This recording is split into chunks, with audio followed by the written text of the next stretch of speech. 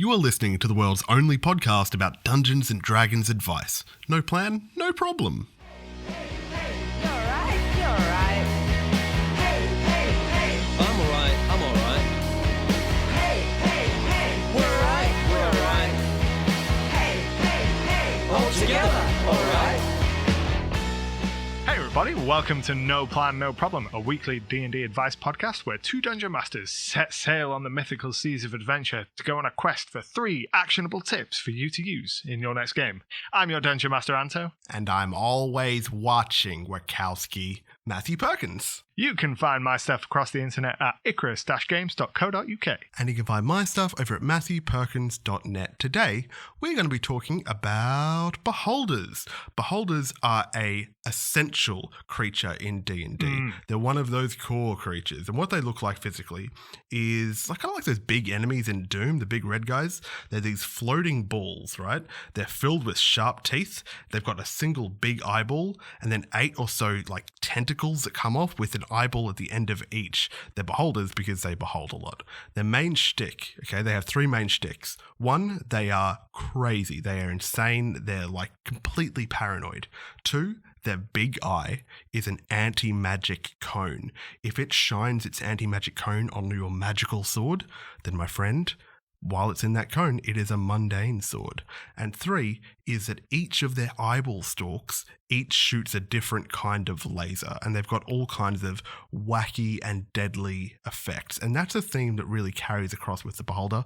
They are deadly. So Anto, who is helping us with our quest for our first tip? So our first adventurer helping us is Locust King 14 over on the D&D Next subreddit. And they're asking how the expletive is a DM supposed to play a beholder. And the premise of their question is that beholders are framed as these ultra paranoid creatures that perceive every possible outcome for an event. They're so advanced, they're so big-brained, they're so magical that they think of literally every possible outcome to any particular event.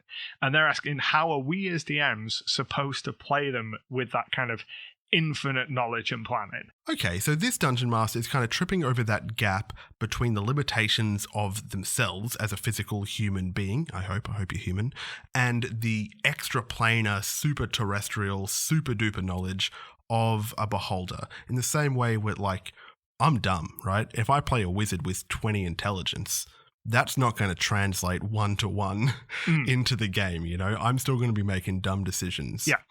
I can see how someone would struggle with that, where you go, this creature is larger than life. This creature has contingencies upon contingencies. How am I going to replicate that in the game? And I think I have an answer here. Because the Dungeon Master has the power to retcon, right? The world isn't a static shape. The world is soft and malleable. So if you have players that hit you with an unexpected idea and you have this very paranoid beholder, you can retcon and say, well, my beholder did prepare for that and there is a secret entrance here. But the problem is, that's kind of BS, right? If your Dungeon Master does that and the villain gets away in a nick of time, you know when you set up a plan as a player and the Dungeon Master goes, oh yeah, they got a contingency for that. That's not satisfying. No. I don't know. How do you feel? I think that there is a big disconnect between the infinite mind of a beholder and our finite minds, and replicating that in a true way is probably impossible. But there's definitely ways that you can kind of emulate that feeling. And I think that if you're going to go down that route, my solution would be chaos. Just unabashed, unbridled chaos. This beholder is making decisions that make no sense. It's doing things that the players do not expect, but because the players are aware that it supposedly sees all outcomes, nothing it does can be suboptimal, because you can explain it as, yes, but it knows things that you don't. It's seeing possible outcomes that you haven't even perceived, which is why it's decided to, start flossing or whatever. Wait, so does the beholder actually have some kind of clairvoyance, or is it just so paranoid that it's preparing for things that may never eventuate? Yeah, it's a level of paranoia that it cycles through, and it's like, right, okay, what's as many things that could happen as I can possibly conceive with my big brain, and I will prepare for them all. Did you ever see this movie from the 90s called Conspiracy Theory? Have you heard of this movie? No. Okay, so it's probably a bad movie, but the premise is something I love. Okay, so I think it's Tom Cruise, and he is a street press publisher publishing his own zine or newspaper with all these conspiracy theories. Mm-hmm. And one day, the FBI tries to assassinate him because one of his theories was right. And now he has to try and work out which theory he was right about. Isn't that rad? Yeah, I like that. I think that, well, we're talking about beholders. but I think that works well for a beholder. So you can play it in such a way that when the players do something unexpected, have the beholder be like, "Ha! I knew someone would try this," and then use your meta sense as the DM to respond to it and add some, kooky flair. So that's what I mean by just chaos. Like, when I run beholders, I very rarely go in with a solid plan of attack. It's just, a beholder is here, stuff will happen. And I'll figure out what that stuff is in the moment, because they are beings of just pure chaos when it comes to running them mechanically. Look, okay, this is where I got to come clean. I've never run a beholder. I've never done it. It's something I've been meaning to do. But how often, when the players are interacting with the beholder, do you think that there is, substantial role play? Because I would have thought, in my imagination, that beholders mainly exist as a combat situation. I think that it depends on how familiar the player is with the beholder. So if you throw a beholder at a new player who has no context of what they're fighting, there's much more chance that it's going to be a straight-up combat encounter. Mm-hmm. But if you throw a beholder at someone with the meta-knowledge of what a beholder is, the experience of interacting with them before and knowing some of their abilities, beholders are scary. Like, real scary. They can do absolutely bonkers things. And in my experience anyway, encountering a beholder has caused the players to stop and go, we can't approach this as we would every other encounter, because beholders are on that kind of next tier. I think it's similar to how certainly my players and players I've experienced kind of respond to mind flayers. They're such elevated creatures that the players kind of stop and go, what are we going to do about this? And they have that moment to think. And in that moment, they're putty in your hands. You can mold that encounter however you want. If you don't want it to be pure combat, just have the beholder start talking. If you can get a beholder talking to them, there's a good chance that things won't devolve into just immediate combat. Can we step back a bit and we can twist the camera lens and kind of blur the edges here a little bit? If one solution is kind of using that DM's meta power, right? Do you think that the DM has to obscure the fact that they're using their meta power? Or when the DM uses that meta power, when I say meta power, I mean changing the conditions of the test to be something that will challenge the players, even if they have already accounted for something that you'd previously prepared, right? It's like cheating. Cheating is the DM. Yeah. Using that meta power, do you have to try and convince the players that you're not using it? Or do you know what I mean by that? Is it intrinsically unfun for a player to be meted against? I think that it can be unfun to be meted against, but it's all about the setup. So if you're going to deploy this kind of DM fiat, this meta sense with the beholder, you want to make sure the characters understand what the beholders are kind of capable of. If the characters understand that the beholders are such insanely paranoid creatures that they plan for almost every eventuality, then they're aware that might come up.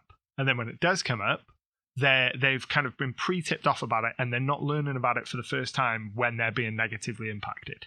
Well, hey, we are working ourselves on a good avenue here, because I think the answer to this question is to use your meta power, right? But the question is how to use that well. Yeah. And you've just suggested that the way to do that is to flag early that the beholder has all these contingencies in place so that when you do use your meta power, it's not so much of a surprise. Yeah. So what we need to work out now is how would we flag early that the beholder has massive contingencies? And like, I'm thinking off the top of my head, I'm thinking that the way you do it is by showing contingencies that haven't paid off. Yeah. Like the fantasy equivalent of just too many fire escapes. Yeah, exactly.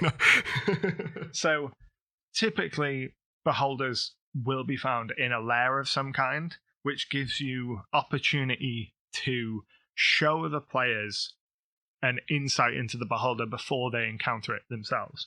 And I think those red flags, those too many fire escapes, is perfect to kind of show what they're going to be dealing with. I'm not a Batman nerd, right? Mm-hmm. But I do hear Batman nerds say all the time, hey, he's got plans to take down all of the Justice League or the Avengers or whatever team he's on. So if the beholder has allies, what if the players could discover the beholder's contingencies to take down its allies? Mm-hmm. Like if it has a werewolf ally, it has an arsenal of silver weapons. Yes. If it has a vampire ally, it has, I don't know, whatever kills vampires. That is a brilliant idea. Like, oh, you like it? Yeah, I think I think that plays into the type of the beholder really well, because they would have this Batman level of, right, okay, I'm working with this creature, but at some point it might try and kill me. At some point it is going to try and kill me, because that's how they think. It's not their paranoia is such that if they have an ally, it's not a question of whether or not the ally will betray them. It's just a matter of time. It's a shame that we already brought out our Michael Caine voices a couple of episodes ago. So in that case, the beholder has to have a contingency because that ally is going to betray them. And I think that showcasing the contingencies it has for its allies is a beautiful way to showcase some of its paranoia. Yeah. Are there any other ways, do you reckon? I think that environmentally, you could show it with like the equivalent of the multiple escape hatches. So you could have just rooms that have like dozens of exits that just labyrinth off, and maybe some of them are blocked off or just go into nothingness. You could have really obscure items placed round and about, so that could form part of the loot for the dungeon. Yeah. So the players could just find random a boat or a scroll for a particular spell or a shield or just random items in seemingly really out of place areas. And then when they get to the beholder's room, there are more of these items scattered around that it will use over the course of the battle as the conditions change. Dude, what about this? What about like what if it's scared of getting sick? What if it's like obsessed, like the layer is immaculately clean, I like and that. when they stumble into the beholder, it is like frantically cleaning with its disintegration ray or something. Yes. Or like what if like the roof has been doubly and triply reinforced just to prevent a cave in? Yeah. You know? Or just things like every single door could be like ridiculously locked and trapped. Not so much that it would hinder the real-time play, but it's something, right, you come into this door, your rogue can lockpick all these locks. It's going to take you 10 minutes to get through them, but you will get through them. We don't need to roll for each individual one. But it shows the level of, like, one lock on a door is not enough, and it is just, like, a dozen locks all the way up the door. Yeah, and everything's labeled. There's a label on everything. I actually kind of like this character that we're making, and I don't want to fight him. No. Do you know what I want to do? I want to protect him. I want to take him home. I like this beholder. Want to keep him safe. So my brain's broken, but Anto, can you articulate the tip? What's the tip? Okay, so I think the tip with this is to use your meta knowledge as the DM against the players, but make sure you signpost that before you deploy it. And that's for like plausible deniability, right? So that you can go like, oh no, I told you he was prepared. Exactly. Okay, I like that tip a lot. Should we roll for sponsorship? Let's do this. If you're ever wondering about the best way to support this podcast, then I've got 3 ways for you to help us out. And the first way, you're already doing it. You are listening to the podcast on your favorite podcasting app. Thank you so much. We appreciate your ear holes. It's great. Now, the second way you can help us is a little bit more involved. If you are listening on Apple Podcasts or iTunes, then we need you to leave those 5-star reviews with comments. And we're going to run a little game with this. Every 20 5-star reviews with comments we get on Apple Podcasts, we will release a special behind-the-scenes thing from our Patreon. We've got all kinds of things up there like behind-the-scenes stuff and playable content, and we're going to release that to the public for every 20 reviews that we get with stars and comments on Apple Podcasts. And the third way to support us is to throw us a few bones on Patreon. We don't have many costs associated with this podcast, but there are costs involved. And at the moment, we're running at a deficit. So any support that you can give us financially, that's super helpful. Hey, do you think we've missed anything so far? Like, if you're listening on YouTube, why don't you leave us a comment? Let us know what you think. We really want to hear from you. All right, let's get back to the show. Today, Anto, for our second tip, I'm feeling a bit spooky. Ooh. And I thought that we could do an RPG horror story about beholders. This one comes from a person named Continuum_Gaming on the RD&D subreddit, and it's titled Don't F with Beholders. As those who have read Volo's guide know, beholders are born from each other's dreams. I don't know how many have implemented this yet, but the second I did, it was immediately regretted by my player. Oh man. He had managed to trap a beholder in a demiplane, okay, and cut off one of its eye stalks. Okay, fine. And then he told me, and he was played by Anto, I cast Dream on the beholder. oh, what? I want to see what happens if I make it have a nightmare about beholder with my features tearing it apart. Alright, describe this dream in full. Well, the beholder's in its lair, surrounded by his gold, when a beholder with my features bursts in, tearing him to shreds and devouring it. Okay, the beholder's nightmare causes it to die of fright. As his heart beats one final time, a shimmer appears in the air, and the beholder you described appears before you. And the new beholder says, How quaint. You really thought you could create me? I, one so perfect as myself, to serve you? I'm quite shocked. You may survive for now, but remember this lesson. The beholder's eyes all flare with light, and the warlock is racked with pain, leaving him barely 1 health. The new beholder says, I think this calls for a celebration, but the guests haven't arrived yet. Let me go and gather them. All of them. I will see you soon, Father. And that is how my warlock created a big bad evil guy. Oh my goodness. Wow. I thought it was going to be a horror story. That was a dream, baby. I loved that. Yeah, that is Oh. that is exactly the kind of energy I want from a beholder encounter. Can we step back though and say, I didn't know you were that good at voices. You did a really good job. Oh, thank you. Oh, you're welcome. Compliment my voice? You also, Compliment my voice. I was in the middle of taking a drink Give me- when give me you're a like, compliment. compliment me. You also have a Compliment my good voice. voice. Thank you. Thank you so much. Okay. Beholders. That was a really cool thing. I really like that. And it's a good way to use lore to like improve your game. Because normally I find that lore doesn't improve my game. Yeah. Like normally it gets in the way, but that is sick. Yeah, I think that's a really good example of a player engaging with the lore in a really fun and interesting way as well. And I think that always increases how fun lore is. The more the players buy into it, the more they engage with it, the better it will feel. Do you think that player knew that they were creating another beholder? Did I miss something in the story there? Or? No, I think they had a strong suspicion that it might result in that. You know, if they knew about beholders and dreams, then casting Dream on it makes sense. And then specifically saying, I want something that looks like me, a beholder that looks like me, nomming on it. They probably had a reasonable suspicion that they would bring to life a new beholder, but, you know, it's the juice. That is the juice. I cast Dream on the beholder. I make it dream of juice. And lo, juice is brought into the world. The only time I've seen a player use Dream is we had a warlock in one of our parties that would use Dream exclusively just to torment an NPC that he didn't like repeatedly.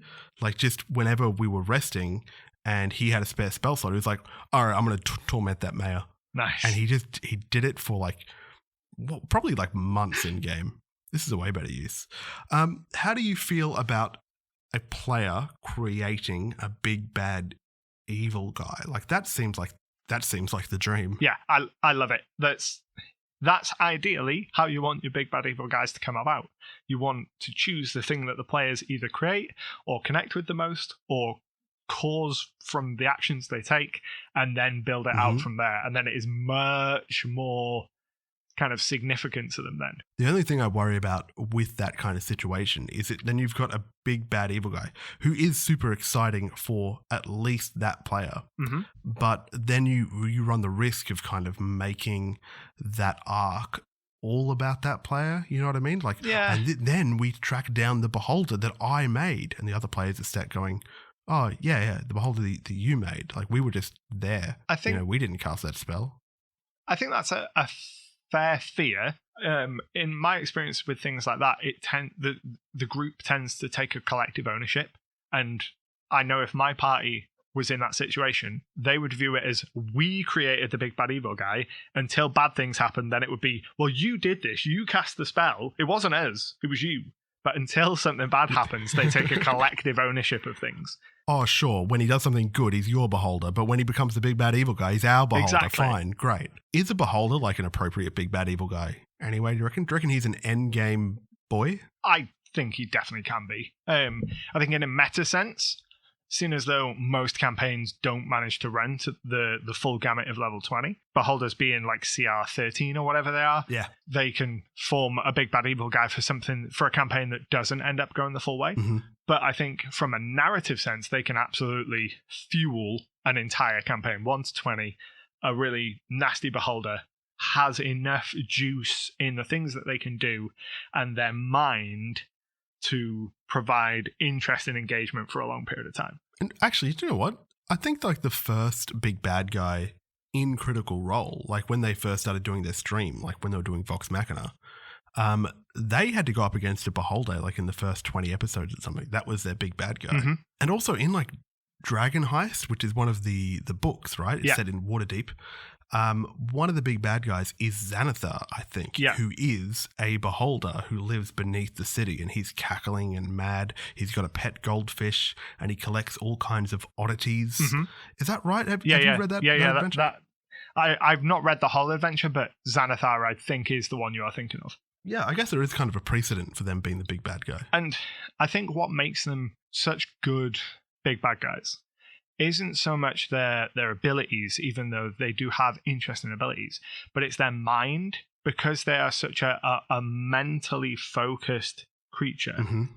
They can think of interesting things to throw at the party that kind of explain why you get that escalation.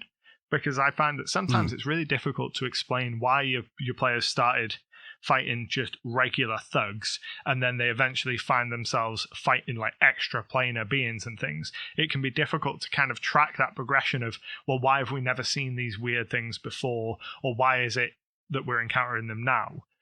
Whereas the beholder has the mental acumen to be able to go right, they're more powerful than I gave them credit for, I'll throw something else at them. That didn't work, I'll throw an even more powerful thing at them. Yeah, that's actually a really kind of high level thought, thinking about the continuity between the kind of enemies that the players face. Because you look at the monster man and be okay, the level 1, I'll throw whatever, I don't know, wolves at them. The level 2, I think they get gladiators. Level 3, they get blah. And it's kind of like you're playing, Warcraft 3, when it's those kind of wave attack maps where it's and then it's dragons, and then it's spiders, and then it's something else, and it's just arbitrary, Enfo's hero defense or whatever.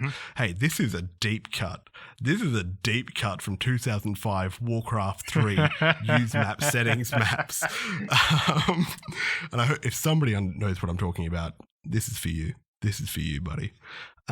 So the idea that you could use a beholder to kind of add continuity to that, add some kind of linchpin to connect all those things together is really interesting. I suppose they are a really good big bad guy. Yeah, I think, and they're a real meaningful challenge at the end. Yeah, they are an interesting encounter in of their own right, and they are interesting enough to plot long term, especially with the level of paranoia they have.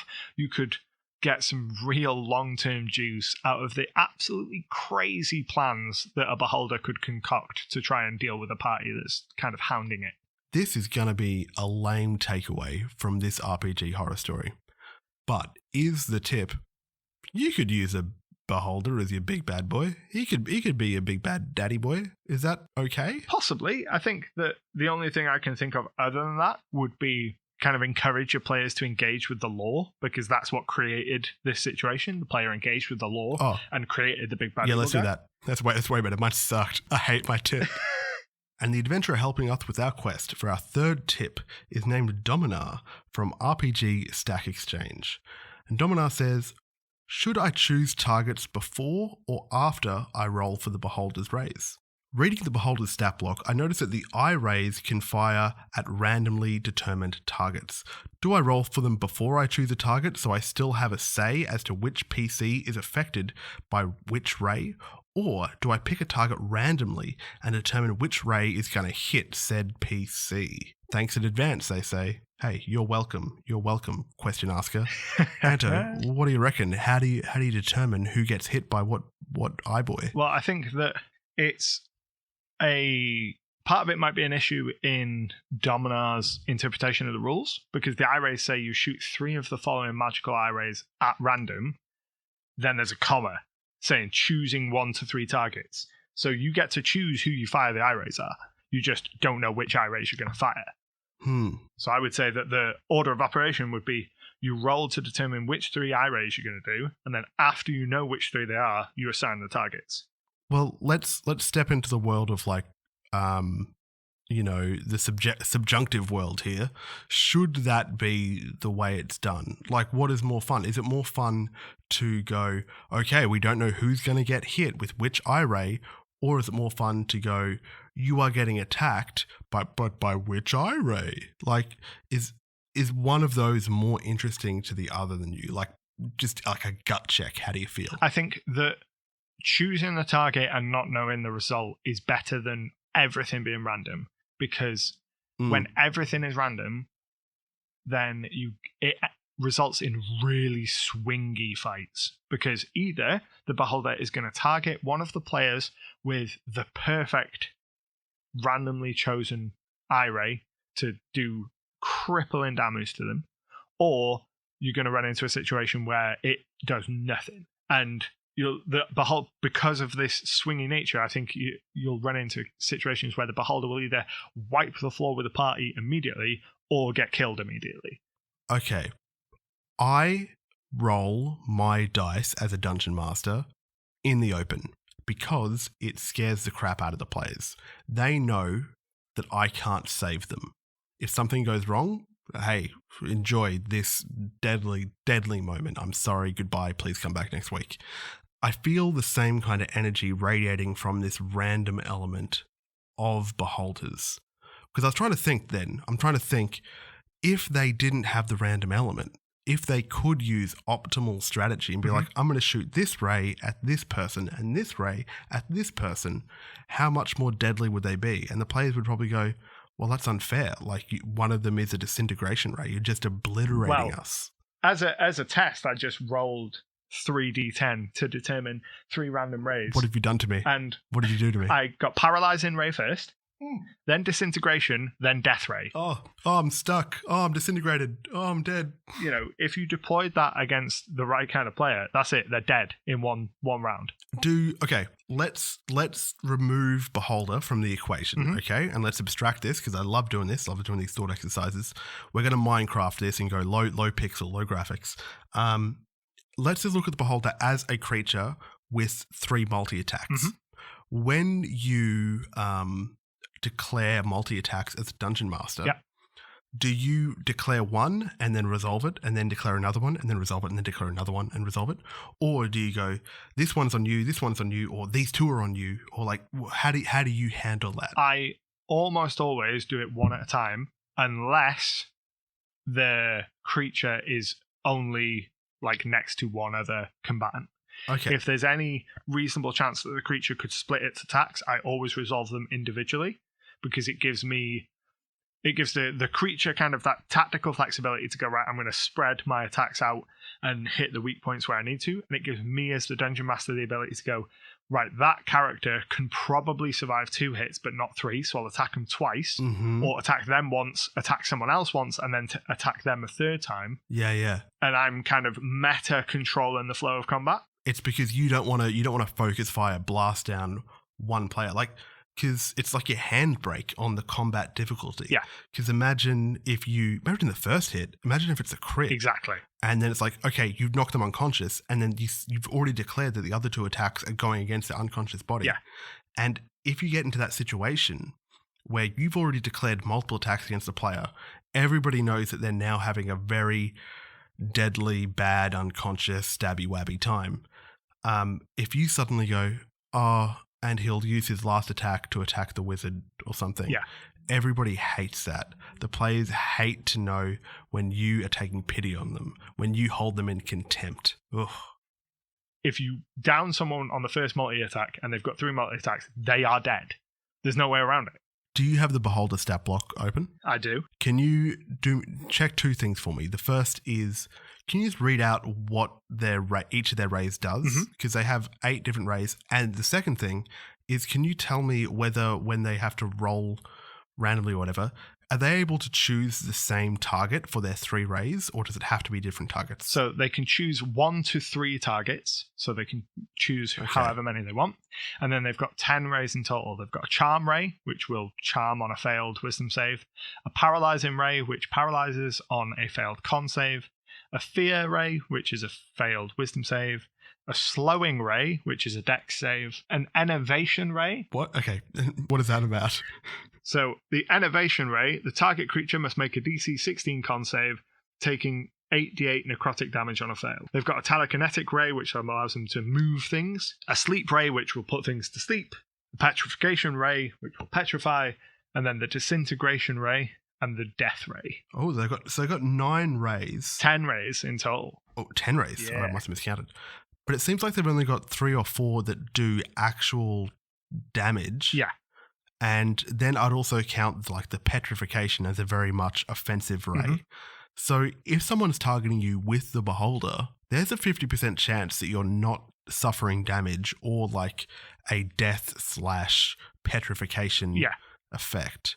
I'd shoot me, Beholder. I'll take it. Let's do it. That's the thing that I'll flip that coin, baby. That's what I mean. The Beholder, that's why I said earlier that the leaning into that chaos is the way I would want to play a Beholder and the way I do play Beholders, because you are leaving everything up to the juice of the dice. You know, if you're choosing the rays randomly, you might get 3 duds or you might get 3 death rays. You know, in the previous episode, we were talking about traps, and one of the things we said is like, oh, you should try and make traps fun to actually fail on. I think that like Beholders are fun to get shot by because you get targeted and then you go, and now what happens to me? Like, imagine even getting the player to roll for what ray hits them. That is like, a really good idea. Like, just involve them in the process. Yeah. I think that is, I personally don't run Beholders as fully random. Like, I choose their rays.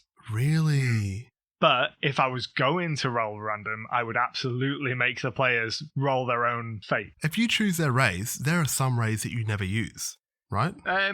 Potentially. Okay, no, but actually, there are some you never use, right? No, I think that there's probably a cause for all of them because most of them target saving throws and they target a wide breadth of saving throws. Yeah. I can use them and the Beholder can use them in ways that are more beneficial than pure damage. Like, there is no point as a Beholder me firing at the Barbarian with a pure damage thing. It's not the best use. But throw a wisdom save, and then now we're talking. Look, maybe I'm dumb, but maybe I am dumb. I would do damage all day long. I'd be like, zap, zap, zap, lady, you've been blasted. Enjoy your what was the word that does necrotic? Enervation? Enervation? Yes, enervation. That's got to be the worst word I've ever heard. Yeah, that's a weird word. I think that I would do damage all day long. But I would counter that by saying that just doing damage all day long as a Beholder is missing out on some of what makes them the most interesting, in my opinion, that big brain that they've got. And if you think about it in terms of what the party that's encountering you is doing. So they come and they've got a barbarian, they've got a cleric, they've got a wizard, they've got a fighter. Well, my first thought as a beholder is I got to get rid of that wizard. Yeah. That wizard is the biggest threat. I'm going to throw a paralyzing ray at it because wizards tend not to be very constitutional. So if I can paralyze it, then I can do other things to it. That barbarian has no wisdom. So I'm going to make it afraid, or I'm going to charm it and I'm going to turn it to my advantage. Damn it, Anto. I think you're wrong. I'm okay. No, this is a fight. Here we go. We're doing this. Back in the boats. Back in the boat. We're sailing out into the ocean. You've got to roll the random, I think. Like that is the juice. Because, like, imagine all 3 rays target one character, right? Mm-hmm. And if you were picking, you could probably drop any character with that, right? Yeah. But the fact that you're rolling to see which ray happens and also in which order, because if they hit this ray first and suddenly the next one might have advantage or disadvantage or blah, duh. I think like the random ray is important. I think it's what makes it distinct. Like how many other classes of like a monster roll randomly stuff? Yeah. Like there's a kobold that does it. There's a spectator, which is a class of beholder. There's the death tyrant, which is another kind of beholder. There's not a lot of random out there, my dude. And no, don't rob the players of that. They need that. They need it, Anto. They need it. I'm not opposed to the random rolling. I think that it definitely creates an interesting encounter. It's just when I've used beholders in the past, the randomness hasn't lended itself to what I was doing with those encounters. Probably the way I would. Oh, so you have done both. Have I done? I can't. You've done random and you've done non-random. I think so. I think. Okay. I've done a lot of things. I can't remember them all. But one way that I would consider running it, like if I had to run a beholder tomorrow, one way I would consider doing it would be to start with me choosing the targets and then have the randomness be a condition of the creature becoming bloodied. So once it's taken enough damage, represent the unhinged part of its mind and the effect that the players are having on it by having the eyes just start to randomly fire off. Yeah. And work the mechanic into the narrative of the combat. I know that you just came up with that on the spot, but that is so good. Bloodied meaning the mechanic where when they reach half health, it's when they start to show wear and tear and start to feel frazzled and stuff. And you even say to the players, they're bloodied, they're on half health now. That is so cool. And I actually like that. I'm sorry we fought briefly. I'm sorry we had a brief fight. I like that so much better than either of the parties that we were fighting for then. Because my issue with the random is it's hard to kind of, as a player, understand why. Like, why is this creature just randomly popping off its abilities? Why does it not have control of itself? It can't be popping off all the time. You know, whereas if you introduce it as them targeting first and then have the random nature become a condition, it introduces a new element to the second half of the fight, because there's usually a point in a combat where it dips and you need something to re-inject the energy back into that fight. And having the beholder start to randomly roll and giving the players the dice and saying, right, now you choose what ray it's going to fire at you. It's targeted you choose. I really want that to be the tip. But just quickly, do you think that in like the official world of Faerun, do you think there is somebody out there that met a beholder and then went away and invented the disco ball? Oh my God, yes. I don't know where to go from there. I know that's a dead end joke, but I just wanted to put it on the table. No, so I we mean, can all look at that's it. where we end. Podcast over. Disco ball. Disco ball finale. Okay, good. Well, hey, now you have to work. What are the tips? Please tell us. So the first tip was to use your meta knowledge against the players, but signpost that first in terms of the beholder's paranoia and its planning for contingencies. Okay. The second tip was to encourage your players to engage with the world lore and reward them in narratively interesting ways for doing that, like creating their own big bad evil guy. Dream big. And then the third tip was in terms of specific mechanics for a beholder, start the combat by specifically targeting and choosing which rays you use. And then once they get to bloodied or some other condition, then introduce that element of randomness. Disco. So, hey, thank you very much for listening. That's the end of the podcast pretty much. My name is Matthew Perkins. You can find my stuff over at matthewperkins.net. And I'm Anto, and you can find my stuff at icarus-games.co.uk. If you like this kind of nonsense, don't forget to like us on whatever platform you're listening on. Please support us, share us around. We want to be everywhere at once, being listened to simultaneously by all people across the world in every language at once. The song playing us out is All Together by a band called House Hats. And this has been No Plan, No Problem. We'll see you later. Thank you so much. Alright, I'm alright. Hey, hey, hey, We're alright. hey, hey, hey, All together.